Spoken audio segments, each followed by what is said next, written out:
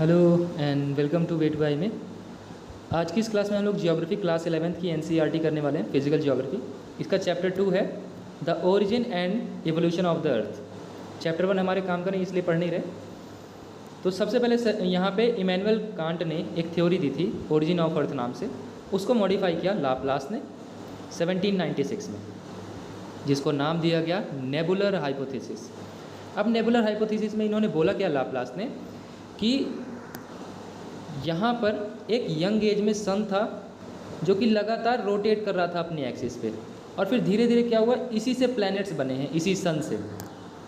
Chamberlain और molten आते हैं 1900 में, और वो कहते हैं कि हमारा ये सन ऐसे इसी सन से नहीं बना है, जितने भी प्लैनेट्स बने। एक और स्टार आया था पास में, वो ऐसे इसके बगल से घूम रहा था, जा रहा था, तो इनकी ग्रेविटी की वजह से सन की सोलर सरफेस से कुछ ऐसा यहाँ पे सिगरेट शेप्ड मटेरियल निकला, और उसी सिगरेट शेप्ड मटेरियल से सारे के सारे प्लैनेट्स बने हैं। और ये सिगरेट शेप वाला उनको आइडिया कहाँ से आया, तो देखो यहाँ पे ये सारे के सारे प्लैनेट्स को अगर आप देखोगे तो कुछ ऐसा ही लगता है ना। वैसे तो मटर जैसा लग रहा है, खैर ठीक है।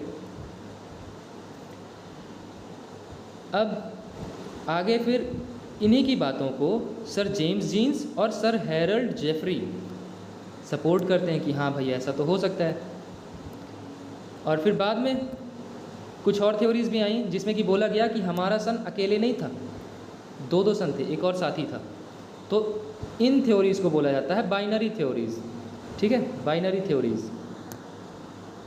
फिर 1950 में Otto Schmidt from Russia, Karl Weizsacker from Germany, ये नेबुलर हाइपोथेसिस को रिवाइज करते हैं और थोड़ा सा बस डिटेल चेंज करी उन्होंने बताया कि जो सन था हमारा, सन हमारा सोलर नेबुला से सराउंडेड था। अब सोलर नेबुला में क्या था, हाइड्रोजन और हीलियम गैसेस थी, ठीक है। ये क्लाउड था गैसेस का, जो कि कौन सी गैसेस थी यहाँ पे, हाइड्रोजन और हीलियम। ये गैसेस धीरे धीरे कंडेंस होती गई, और इन्हीं गैसेस के कंडेंसेशन से बने हैं हमारे आज के टाइम के प्लैनेट्स। डिस्क शेप में ये बदल गया, और डिस्क शेप में कुछ ऐसा, ठीक है। ये देखो, ये गैलेक्सी शेप में, इसी से गैलेक्सी निकली है हमारी, ऐसा उन्होंने बताया। फिर मॉडर्न टाइम आता है, और सबसे फेमस जो थ्योरी है आज के टाइम पे, जो यूनिवर्स के ओरिजिन को एक्सप्लेन करती है, वो है बिग बैंग थ्योरी, जिसको हम एक्सपैंडिंग यूनिवर्स हाइपोथेसिस भी कहते हैं। हाइपोथेसिस क्या होता है, तो कोई भी ऐसी थ्योरी जिसको रियल वर्ल्ड में टेस्ट ना किया गया हो, या फिर कुछ हमने एक्सपीरियंस से उसको नहीं किया है, उस हाइपोथेसिस पर नहीं पहुँचे हैं, हमने बस अभी तक के नोन फैक्ट्स लिए हैं, उनसे ही अपने अजम्पशंस लगाए हैं और कुछ कंक्लूजन पे पहुँचे हैं, तो ये हाइपोथेसिस कहलाती है। जेम्स हबल ने ये हाइपोथेसिस दी थी बिग बैंग थ्योरी 1920 में, और उन्होंने बताया कि यूनिवर्स लगातार फैल रहा है। इनकी थ्योरी क्या थी, उनका मानना था कि एक पहले बहुत ही ज़्यादा डेंस और बहुत ज़्यादा ग्रेविटी रखने वाला एक पार्टिकल था, जिसको नाम दिया इन्होंने सिंगुलैरिटी, ठीक है, नाम दिया सिंगुलैरिटी। और इस सिंगुलैरिटी में ब्लास्ट होने की वजह से क्या हुआ, इसमें ब्लास्ट हुआ, और इससे बहुत सारे पार्टिकल्स अलग अलग डायरेक्शन में निकले, और इसी ब्लास्ट के बाद धीरे धीरे ये यूनिवर्स लगातार एक्सपैंड होता गया, और ये एक्सपेंशन अब स्लो हो चुका है। और ऐसा उन्होंने बताया कि within 3 minutes of the big bang event first atom began to form, और बिग बैंग होने के 3 लाख साल के अंदर अंदर ही टेम्परेचर ड्रॉप्ड टू 4500 केल्विन, और फिर धीरे धीरे एटमिक मैटर वहाँ पे बढ़ता गया। फिर इसी बात की, इसी थ्योरी की एक और अल्टरनेटिव थ्योरी दी गई हॉयल्स के द्वारा। उन्होंने कॉन्सेप्ट दिया, कॉन्सेप्ट ऑफ स्टेडी स्टेट, ठीक है, आप यहाँ पे इसको पढ़ सकते हो। स्टार्स के बारे में बात कर लेते हैं। स्टार्स क्या होते हैं, स्टार कोई भी एक सेलेस्टियल ऑब्जेक्ट जो कि अपनी खुद की लाइट या हीट प्रोड्यूस कर सकता है, स्टार कहलाता है।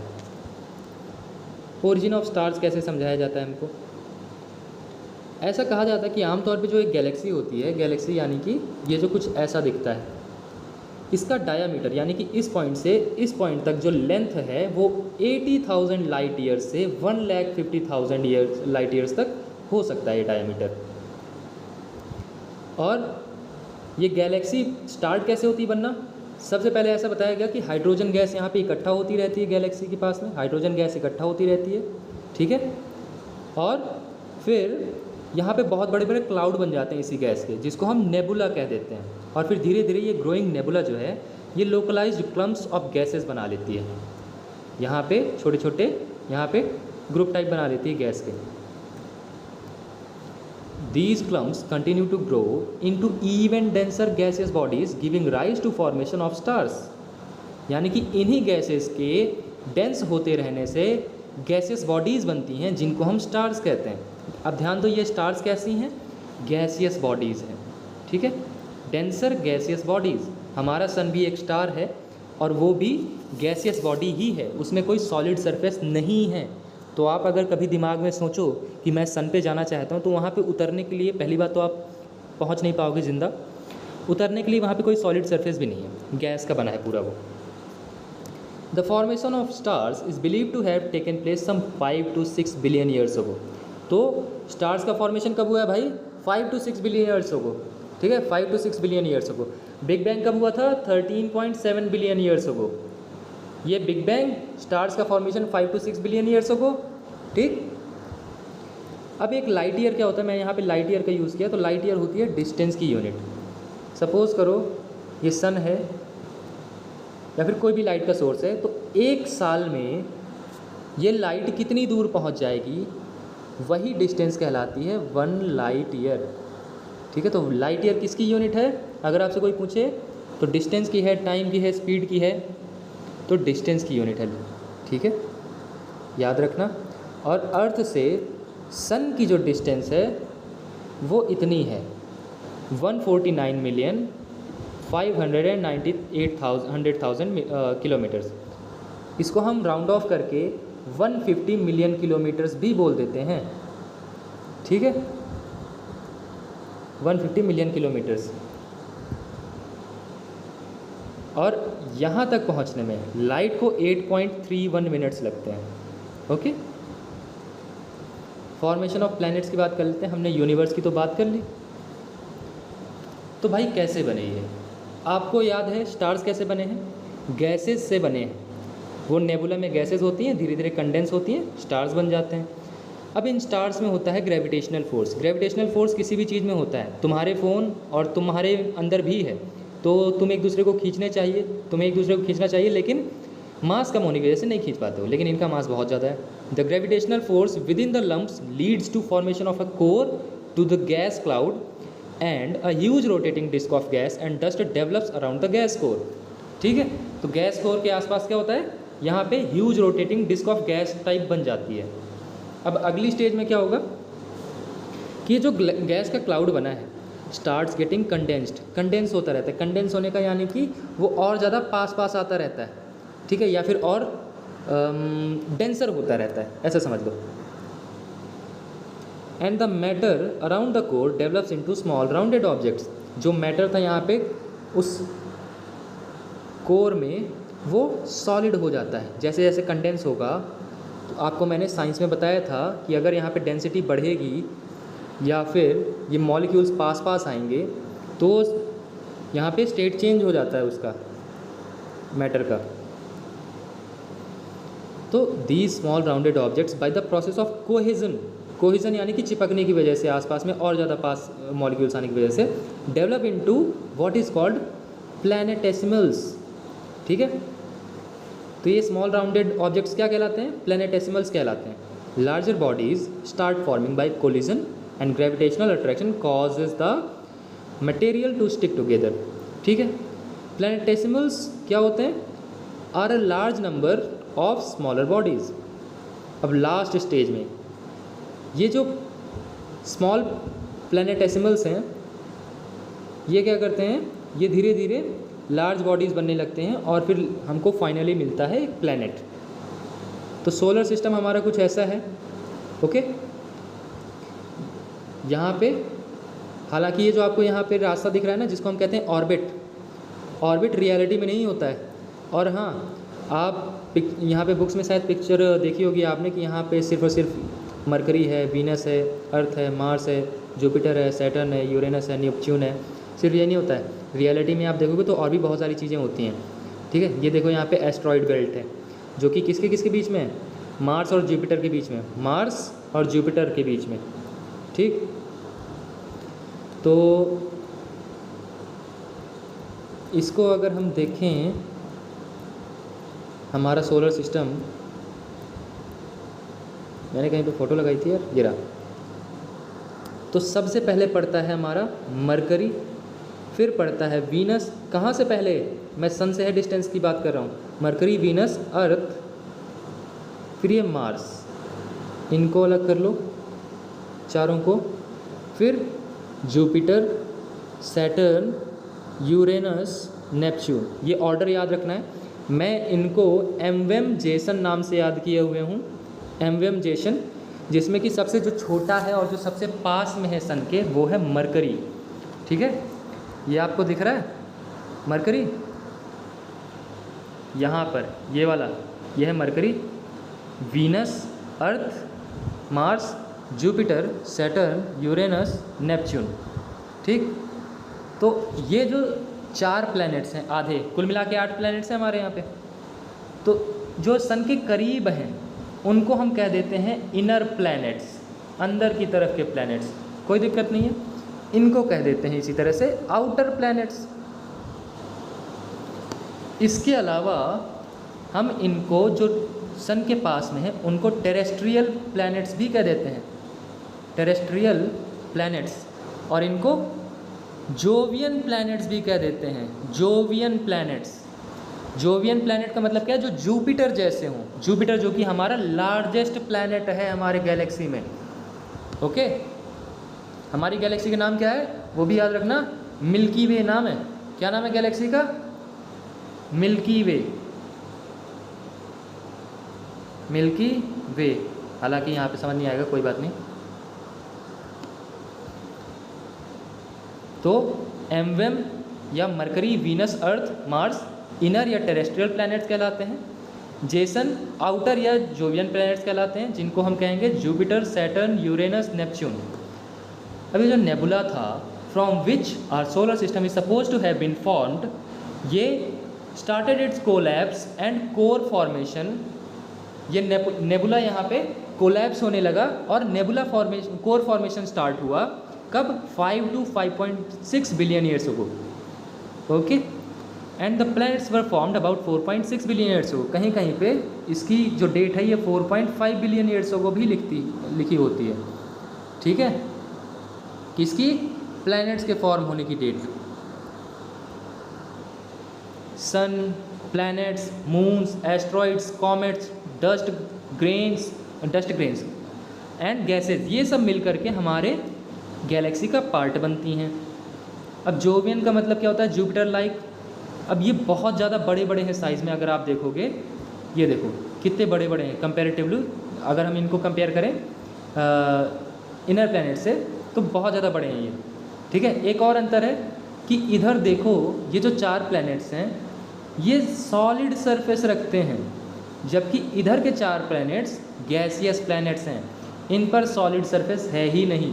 तो आप अगर कभी सोचो कि आप इसरो में जा कर के जुपिटर में कोई आप मिशन भेजोगे, तो भाई जुपिटर के अराउंड यहाँ पे रिवॉल्व करने वाला कुछ मिशन भेज सकते हो, जुपिटर की सरफेस पे नहीं उतार सकते कोई भी रोवर वगैरह, क्योंकि वहाँ पे सरफेस है ही नहीं।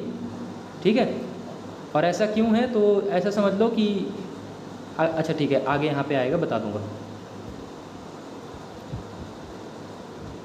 इसके पहले आप में से बहुत सारे लोगों को याद होगा कि आप कुछ लोगों ने 9 प्लैनेट्स पढ़े थे, जिसमें कि हुआ करता था एक प्लूटो। प्लूटो को प्लैनेट्स की कैटेगरी से हटा दिया गया था by the international astronomical union.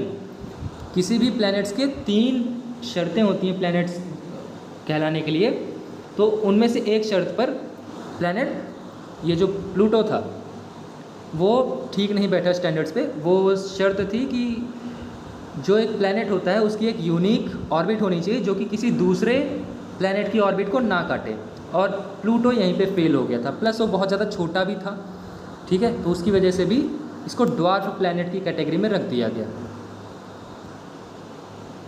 Moon क्या होता है, moon is the only natural satellite of the earth. तो भाई मून, यहाँ पे आप नॉर्मली चंद्रमा नहीं, सिर्फ यही नहीं होता है, मून मतलब कि कोई भी एक नेचुरल सैटेलाइट जो कि हमारे प्लैनेट का लगातार चक्कर लगा रही है।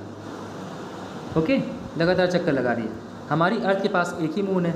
सैटर्न और जुपिटर के पास भाई 70-70, 80-80, मुझे लगता है जुपिटर के पास तो शायद अब 150 के आसपास हो चुके हैं। 1838 में सर जॉर्ज डार्विन सजेस्टेड कि यहाँ पे initially earth and the moon formed a single rapidly rotating body, यानी कि दोनों एक ही चीज़ का हिस्सा थे। फिर बिग स्प्लैट होता है, a body of the size of 1 to 3 times that of Mars collided into the Earth sometime shortly after the Earth was formed। तो इसकी वजह से ये ब्लास्ट हुआ और एक बहुत बड़ा हिस्सा टूट के अर्थ से अलग हो गया, स्पेस में चला गया। This portion of blasted material then continue to orbit the earth, और फिर धीरे धीरे यहाँ पे आज हम उसको मून के नाम से जानते हैं, जो कि बना था 4.4 बिलियन ईयर्स अगो। ठीक है, तो पहले एक अर्थ थी, उसमें से कोई एक बहुत बड़ा मार्स से भी 3 गुना बड़ा एक ऑब्जेक्ट आया, इससे टकराया, इसके हुए 2 टुकड़े, और ये जो दूसरा टुकड़ा था ये धीरे धीरे मून बन गया 4.4 बिलियन ईयर्स अगो। अर्थ के बारे में, प्लैनेट अर्थ को ऐसा कहा जाता है कि इनिशियली ये बैरन था, बहुत ज़्यादा हॉट था, बहुत ज़्यादा रॉकी था, और यहाँ पर थिन एटमॉस्फेयर था हाइड्रोजन एंड हीलियम के लिए। ये सिर्फ और सिर्फ अर्थ के लिए नहीं, बाकी सारे प्लैनेट्स के लिए भी कहा गया है।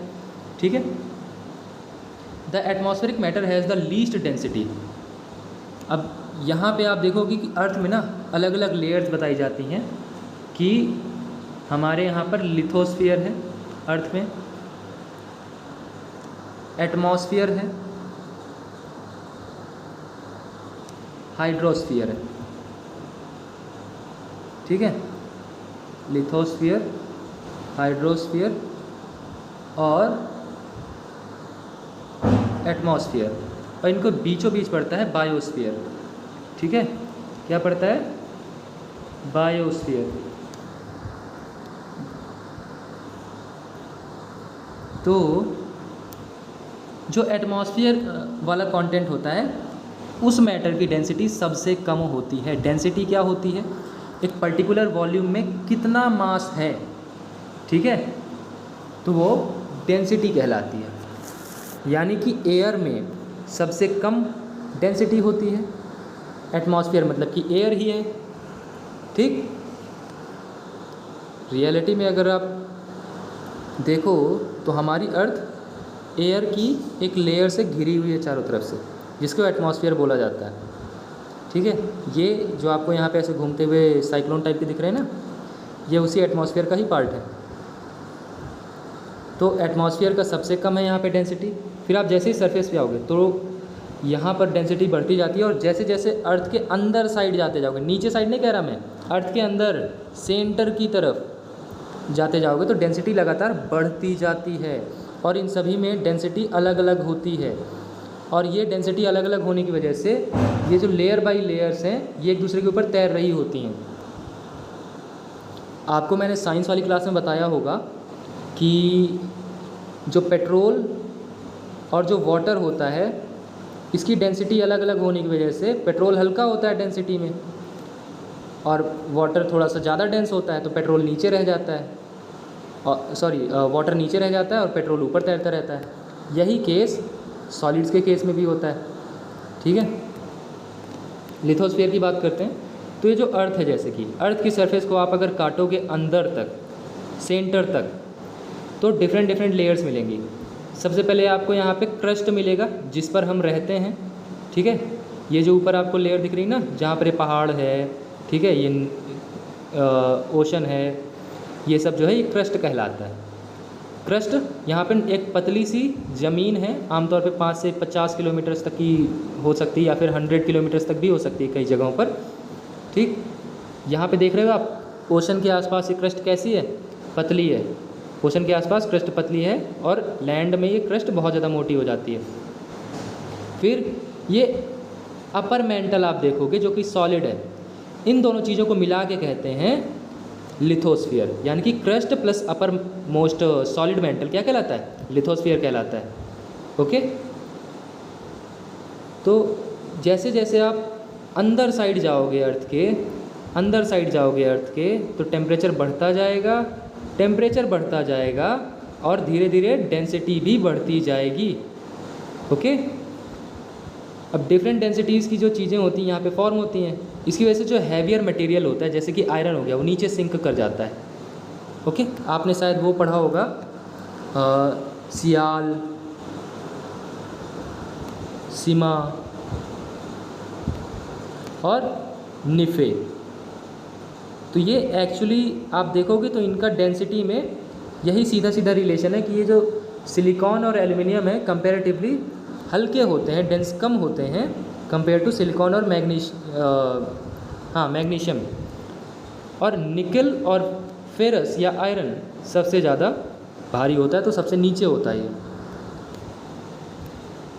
और जो हल्का वाला मटेरियल होता है, कम डेंस होता है, वो सरफेस की तरफ रहता है।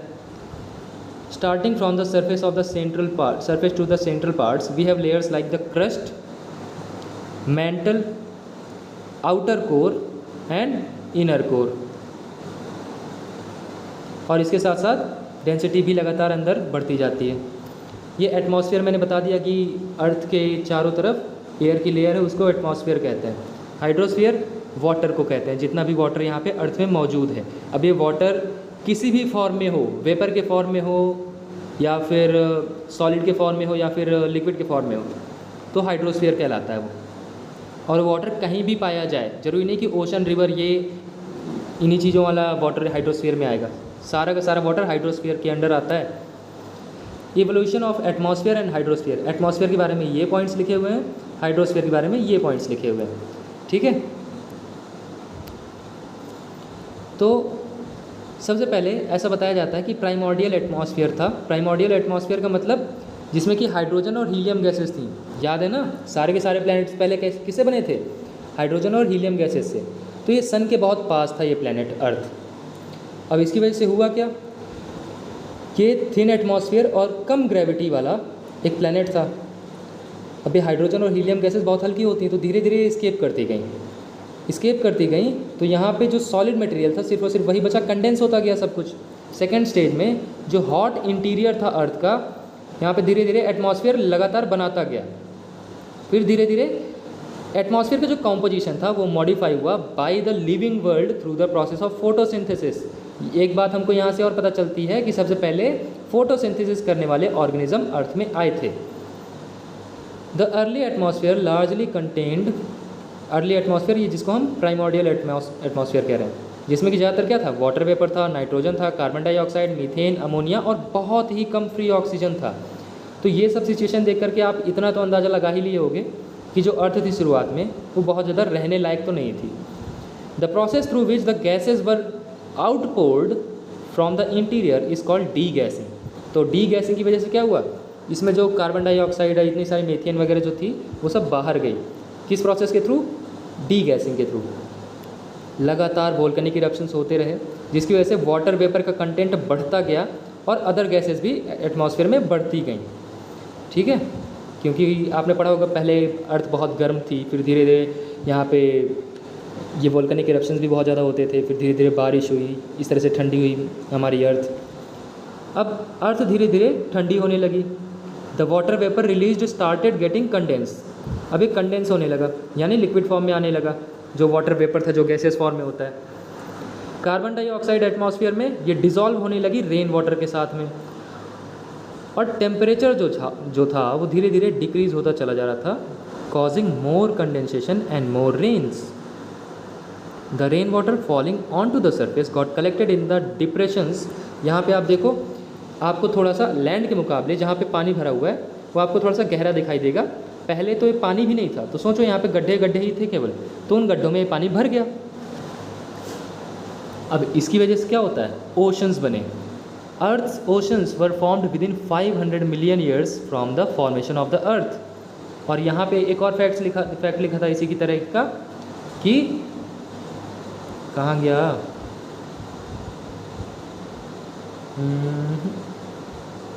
हाँ, कि within 3 lakh years from the big bang temperature drop to 4500 kelvin. तो 3 लाख सालों के अंदर अंदर 4500 केल्विन पे टेम्परेचर आ चुका था। और जैसे जैसे 5 लाख साल, ये 500 मिलियन ईयर्स बीते, तो फॉर्मेशन ऑफ अर्थ लगभग कंप्लीट हो चुका था। आज के टाइम की जैसी अर्थ दिखती है वैसी अर्थ बन चुकी थी। अब oceans are as old as 4000 million years. ये लगभग 4000 मिलियन ईयर्स अगो की बात है, ठीक है। यानी कि ओशंस यहाँ पे बहुत पहले ही बनना स्टार्ट हो गए थे। Sometimes around 3800 million years ago life began to evolve. और ये जो लाइफ बनी थी ना, ये ओशंस में ही पहली लाइफ बनी थी। हाउएवर अराउंड 2500 से लेकर 3000 मिलियन ईयर्स अगो, अभी से 3000 मिलियन ईयर्स पहले, the process of photosynthesis got evolved. अब फोटोसिंथेसिस ये ऑर्गेनिजम्स करने लगे थे। इसकी वजह से क्या हुआ, ऑक्सीजन धीरे धीरे यहाँ पे लगातार बढ़ती गई एटमॉस्फेयर में फोटोसिंथेसिस के थ्रू, और ओशंस ऑक्सीजन से भर गए। अब धीरे धीरे क्या हुआ, यही ऑक्सीजन से इवोल्यूशन हुआ ऐसे यहाँ पे ऑर्गेनिजम्स का जो कि ओशन में ही नहीं, धीरे धीरे बाहर आकर के लैंड में भी रहने लगे। Oxygen began to flood the atmosphere 2000 million years ago. Origin of life की बात करें तो modern scientist origin of life को एक केमिकल रिएक्शन के तौर पे बताते हैं कि ये जो यहाँ पे ओशन बोला गया ना, ओशन में केमिकल रिएक्शन हुई बहुत सारी। जब कार्बन डाइऑक्साइड वगैरह यहाँ पर डिज़ोल्व हुई तो एक जैसे सेल होता है, बायोलॉजिकल सेल होता है, तो उसमें क्या होता है, ये सेलुलर लिक्विड को क्या बोलते हैं हम, याद है, सेल मैट्रिक्स बोलते हैं, ठीक है। तो इस सेल मैट्रिक्स जैसा एक सब्सटेंस बना जिसकी वजह से धीरे धीरे पहले सिंपल ऑर्गेनिजम्स बने और फिर धीरे धीरे और ज़्यादा कॉम्प्लेक्स ऑर्गेनिक मॉलिक्यूल्स बनते गए और भी ज़्यादा कॉम्प्लेक्स ऑर्गेनिजम्स बनते रहे। यहाँ पे एग्जांपल लिखे हुए हैं कि हमको ये प्रूफ कैसे पता चलता है, आप इनको चाहो तो पढ़ सकते हो, ठीक है। और जियोलॉजिकल टाइम स्केल है, ये रही, इसके बारे में आप याद करना है आपको, ठीक है, ये याद करना ही करना है, ठीक है। क्या पता सवाल पूछ ले, क्योंकि CDS में अब धीरे धीरे लेवल बढ़ाता जा रहा है, फैक्ट्स वगैरह काफ़ी ज़्यादा पूछ रहा है। ये इयॉन्स हैं, इयॉन टाइम स्केल की सबसे बड़ी यूनिट है। फिर एरा, पीरियड, इपॉक, ठीक है, ये यहाँ पे 4 यूनिट्स हैं टाइम की। ये आपको पढ़ लेना है, पूरा टेबल याद करने ही जितनी जल्दी हो सके, क्योंकि मैं संडे को इसकी रिवीजन क्लास लाऊंगा और इसके लिए क्वेश्चंस भी करवाऊंगा, ठीक है। आज का ये 2nd चैप्टर समाप्त होता है। अब मिलते हैं रिवीजन क्लास में, तब तक के लिए जय हिंद, बाय बाय।